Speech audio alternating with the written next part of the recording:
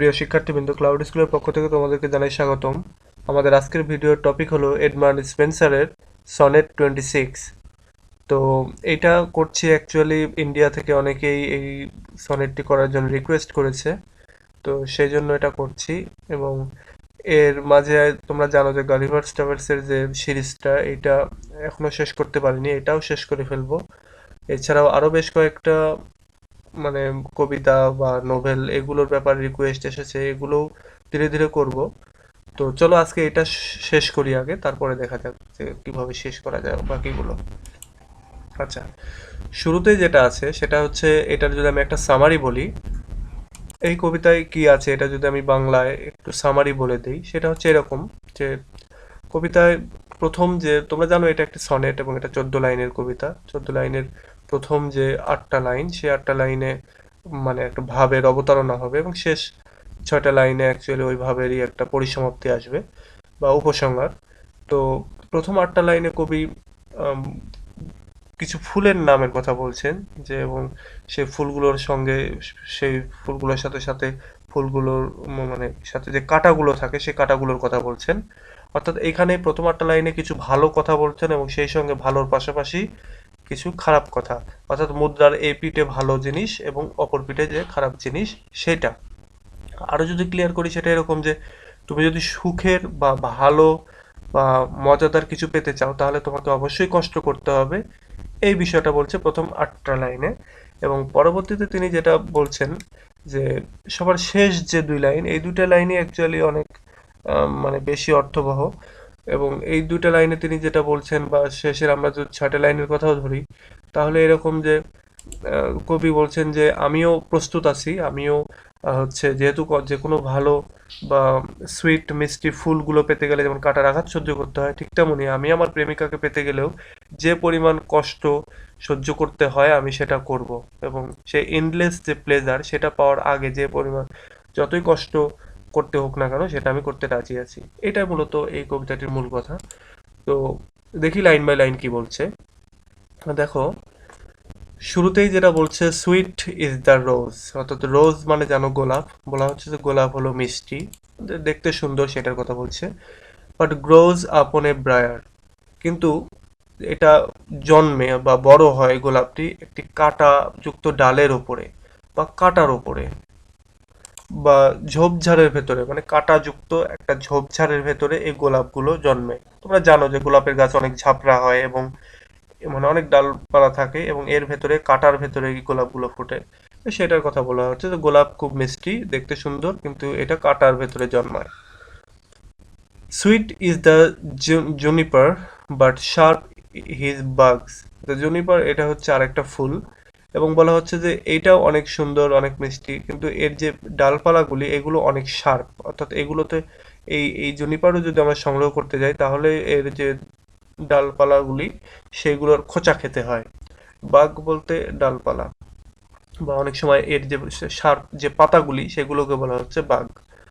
তো বলা হচ্ছে যে জুনিপার যদি আমরা সংগ্রহ করতে চাই, বা জুনিপারও যদি আমরা এই জুনিপারের যে মিষ্টি যে টেস্টটা সেটা যদি আমরা নিতে চাই তাহলে আমাদের এর যে ডালপালার খোঁচা খেতে হয়। সুইট ইজ দ্য এগল্যান্টাইন, এগল্যান্টাইন হচ্ছে গোলাপ প্রজাতিরই আরেকটা ফুল। তো বলা হচ্ছে এগল্যান্টাইনটা অনেক মিষ্টি, খুব দেখতে সুন্দর, কিন্তু বাট প্রিকড নিয়ার, এই প্রিকেট মানে এইটুকু হচ্ছে মেইন শব্দ, এই প্রিকটুকু, এবং ইটিএইচ যেটা যুক্ত করা হয়েছে এটা হচ্ছে ওই সময়ের যে ল্যাঙ্গুয়েজ সেজন্য এটা। তো বলা হচ্ছে যে বাট প্রিকড নিয়ার, অর্থাৎ এই প্রিকড বলতে কাটা। বলা হচ্ছে যে এগল্যান্টাইন খুব মিষ্টি, বাট এর ঠিক কাছেই নিয়ারেই প্রিকড, অর্থাৎ এই কাটা আছে। Sweet is the fur bloom, far bloom বলতে ফার মানে তোমরা জানো যে অ্যাকচুয়ালি দেবদারু যে গাছ সেটার কথা বলা হচ্ছে। তো sweet is the fur bloom, ফারে অর্থাৎ দেবদারুর যে গাছ, সেই গাছে যে ফুলগুলো ফোটে সেগুলো অনেক সুইট, অনেক মিষ্টি। বাট হিজ ব্রাঞ্চেস রাফ, কিন্তু এর যে ব্রাঞ্চ বা ডালপালা এগুলো অনেক রাফ হয় এবং এগুলোতেও অনেক কাঁটা থাকে। দেবদারু গাছে যে কাঁটা থাকে এটা তোমরা সবাই জানো। তো বলা হচ্ছে এর যে ব্রাঞ্চগুলি, এই ব্রাঞ্চেসগুলিও অনেক রাফ হয় এবং এর গাছেও কাটা থাকে। সুতরাং এই আমরা ফার ব্লুম যদি সংগ্রহ করতে চাই তাহলে এখানেও আমাদের কষ্ট সহ্য করতে হয় এবং সেটা হচ্ছে কাটা খোঁচা খেতে হয়। আচ্ছা, সুইট ইজ দ্য সাইপ্রেস, বলা হচ্ছে সাইপ্রেস যে গাছ চিরহরিৎ, অর্থাৎ এগুলো তোমরা খেয়াল করে দেখবা যে অনেক লম্বা লম্বা গাছগুলো হয়, অনেক লম্বা লম্বা পাতা। তো বলা হচ্ছে যে এই গাছের গাছগুলোও অনেক সুন্দর হয়, অনেক সুইট, অনেক মিষ্টি হয়, দেখতে খুব সুন্দর হয়। বাট হিজ রাইন্ড ইজ টাফ, কিন্তু এর যে রাইন্ড বলতে গাছের যে ছাল বাকলা বা বাকড় যেগুলো, সেগুলোকে বলা হচ্ছে রাইন্ড। বলা হচ্ছে এই রাইন্ডটা অর্থাৎ গাছের এই ছালগুলি অনেক টাফ হয়, অনেক খসখসে হয়। সুইট ইজ দ্য নাট, বলা হচ্ছে এক ধরনের বাদামের কথা, যে বাদামগুলো খেতে অনেক সুইট, অনেক মিষ্টি।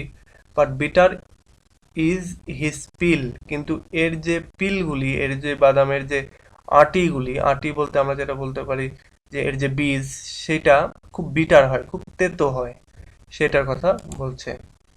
এরপরে যেটা বলছে যে সুইট ইজ দ্য ব্রুম ফ্লাওয়ার, এটাও এক ধরনের ফুল, সেটার কথা বলছে যে এই ব্রুম ফ্লাওয়ারটাও খুব সুইট, খুব মিষ্টি। বাট ইয়েট সাওয়ার এনাফ, কিন্তু তারপরেও এর ভেতরেও মানে এটাতেও অনেক টক যে টেস্ট, সেটাও রয়েছে। এখানে ব্রুম ফ্লাওয়ার বলতে আমরা যেটা তোমরা জানো যে ঝাড়ু বানায় যে সমস্ত যেটাকে আমরা বলি ফুল ঝাড়ু, তো এই ফুল ঝাড়ুগুলোর কথা বলা হচ্ছে, এগুলো অনেক সুইট। সুইট বলতে এগুলো খেতে যে সুইট তা না, মানে এগুলো অনেক দেখতে সুন্দর, সেজন্য বলা হচ্ছে যে এগুলো খুব sweet. But yet sour enough, কিন্তু তারপরেও এগুলো এক ধরনের খসখসে আম, মানে হয়ে থাকে, অর্থাৎ এগুলো তুমি যখন ফুলগুলো দেখতে সুন্দর, কিন্তু যখন হাত দিয়ে একটু নাড়বে তখন দেখবে বেশ খসখসে।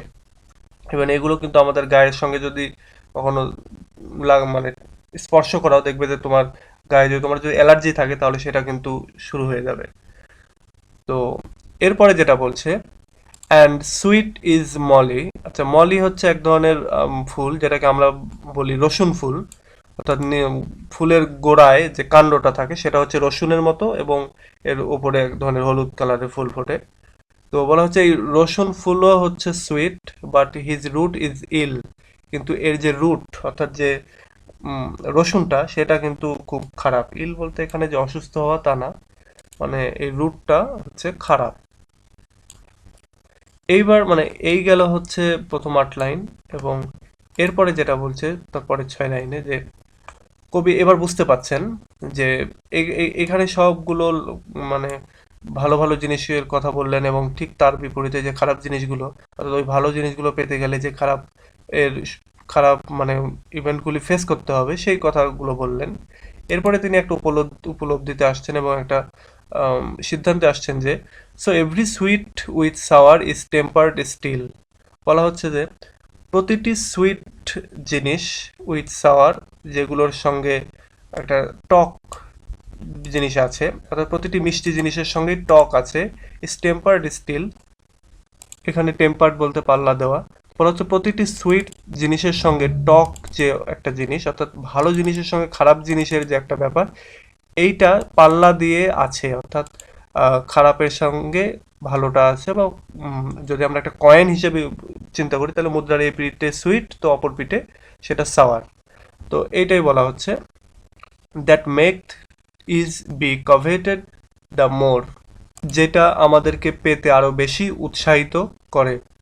অর্থাৎ প্রতিটি সুইটের সঙ্গে যে মানে সাওয়ারের যে একটা অবস্থান, বা প্রতিটি ফুলের সঙ্গে যে কাটার যে অবস্থান, এই কাটাই মূলত আমাদেরকে ওই সুইট জিনিসটা পেতে আরো বেশি কভেটেড করে, ডিজায়ার্ড করে, আমরা আরো ইচ্ছা প্রকাশ করি, যে আমরা যেভাবেই হোক ওই চ্যালেঞ্জটা নিতে মানে পোষণ করি, এবং ওই সুইট যে ফুলটি সেটা পেতে চাই। আচ্ছা, for easy things that may be goat at will, বলা হচ্ছে ওই সমস্ত ইজি জিনিসগুলি যেগুলো আমরা ইচ্ছা করলেই পেতে পারি, most short of man's do set but little store. বলা হচ্ছে যে অধিকাংশ মানুষই এগুলো পেতে চায়, কিন্তু ওইগুলো স্টোর করতে চায় না, বা এগুলো জমা করতে চায় না। অর্থাৎ এটা যদি আরেকবার বলি যে প্রতিটি সহজলভ্য জিনিস মানুষ মানে প্রতিটি সহজলভ্য জিনিসের প্রতি মানুষের অতটা কেয়ার থাকে না, এবং হয়তো কিছু সময়ের জন্য সে ওটা রাখে বা ইয়ে করে, কিন্তু পার্মানেন্টলি ওটার প্রতি যে ভালোবাসা বা ওটার প্রতি যে যত্ন তার সেইটা থাকে না।